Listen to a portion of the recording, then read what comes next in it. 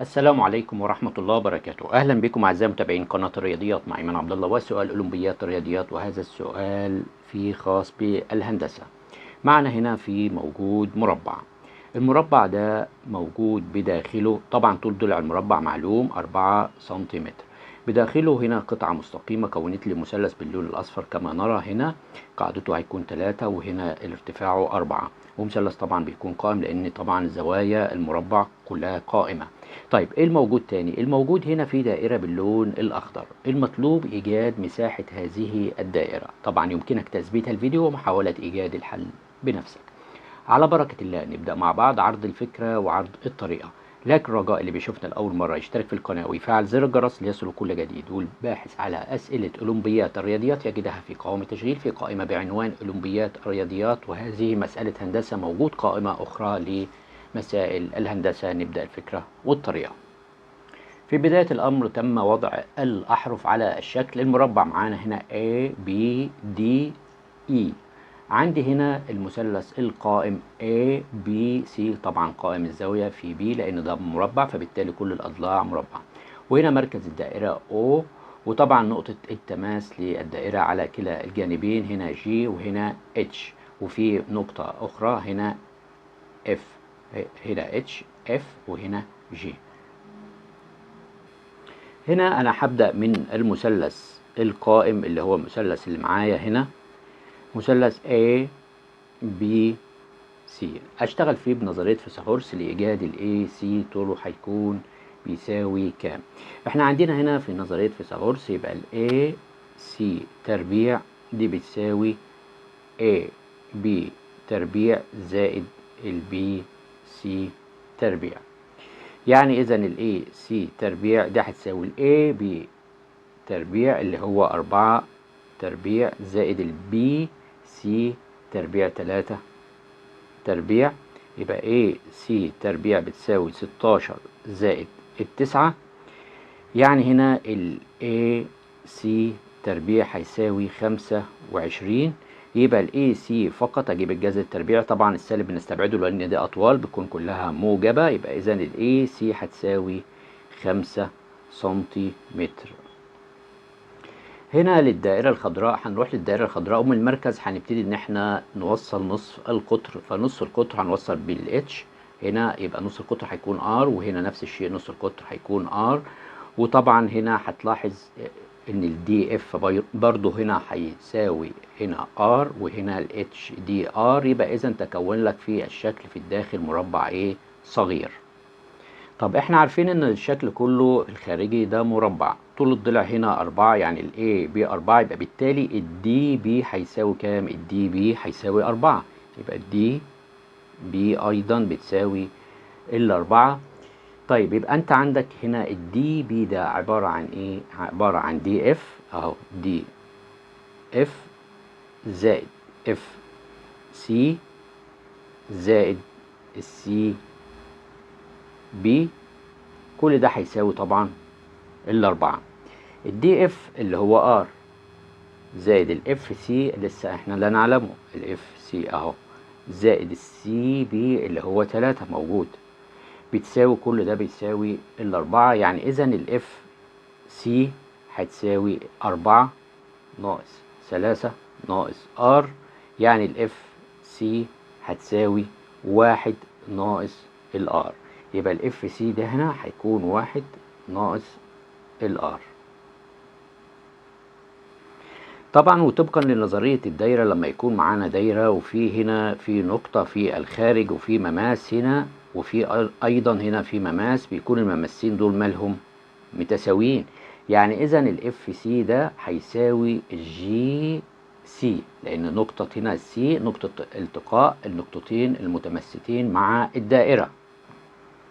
إذا فبيكون عندنا هنا إن الاف سي بتساوي السي جي، بتساوي طبعا 1 ناقص ار، فبالتالي الجزء ده اتعرف 1 ناقص ار. لكن هنا ال AG بقى بيساوي كام؟ ال AG هيساوي AC ناقص السي جي. طب يعني بتساوي كام؟ بتساوي هنا الاي سي كله 5، احنا كنا جايبينه هنا من فيثاغورس جبناه 5، ناقص هنا الواحد ناقص الار، فبالتالي هنا هيساوي الخمسة ناقص واحد، ناقص في ناقص بموجب، زائد الار.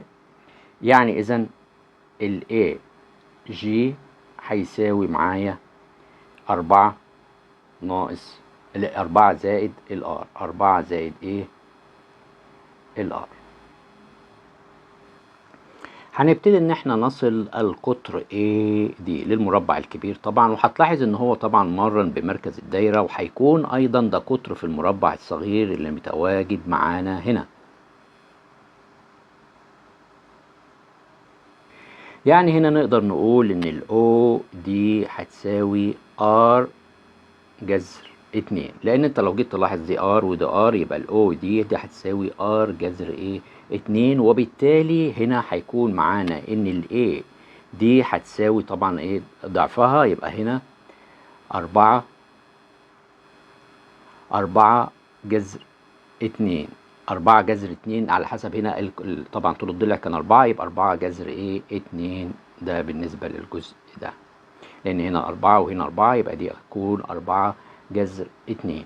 طبعا يبقى هنا ال AO هيساوي ال AO اللي هو الجزء ده اللي فوق الضلع ده، الجزء اللي هنا ده عايزين بقى نحسبه، اللي هنا ده بيساوي ايه؟ AD ناقص OD. يبقى إذا ال AO هيساوي ال4 جذر 2 ناقص R جذر 2.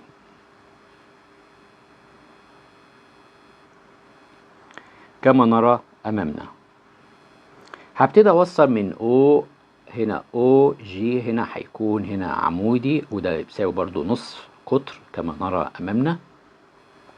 فأصبح معانا هذا المثلث ده مثلث قائم، وهنا الضلع اللي تحت OG ده يعتبر نصف قطر، وكل ده عشان انا اوصل لنصف قطر اقدر اجيبه، لان لو وصلت له هقدر ان انا احسب مساحة الدائرة. فطبعا ده مثلث قائم، فاقدر اشتغل من فيثاغورس. يبقى انت عندك هنا مثلث AOG، هتشتغل من فيثاغورس ان هنا 4 زائد الار الكل تربيع زائد الار تربيع، دي بتساوي هنا 4 جذر 2 ناقص ار جذر 2. يعني هنا 4 تربيع زائد R تربيع زائد 8 R تربيع زائد R تربيع، دي هتساوي معانا هنا 4 جذر 2 تربيع زائد R جذر 2 تربيع ناقص 16 R. يبقى هنا الناتج هيكون هنا 16 زائد 2 R تربيع زائد 8 R تربيع بتساوي 2 R تربيع عند R، ودي R اهي، يبقى 2 R تربيع. هنا بتساوي هنا معايا 32 زائد 2 R تربيع طبعا ناقص 16 R. هتلاحظ في اختصار 2 ار تربيع و2 ار تربيع هنا، يبقى يكون معاك، ولو جيت ان انت تطرح ال 16 دي من الطرفين ودي ناقص ال 16 من الطرفين وتودي دي الناحية التانية، هيكون معاك هنا 24 ار بتساوي ال 16. يعني اذا ال ار هتساوي 16 على 24، ومنها ال ار هتساوي، هنختصر فوق وتحت هنا على ال8 يكون الناتج 2 وهنا 3. يعني إذا الآر هتساوي 2 على 3، وبالتالي مساحة الدايرة بتساوي باي آر تربيع. يعني إذا دي بتساوي الباي آر تربيع اللي هي 2 على 3 الكل تربيع، يعني بتساوي معايا هنا 4 على 9، 4 على 9 إيه باي، يعني بتساوي تقريبا هنا 1.4 سنتيمتر مربع. شكرا لكم، والسلام عليكم ورحمة الله وبركاته.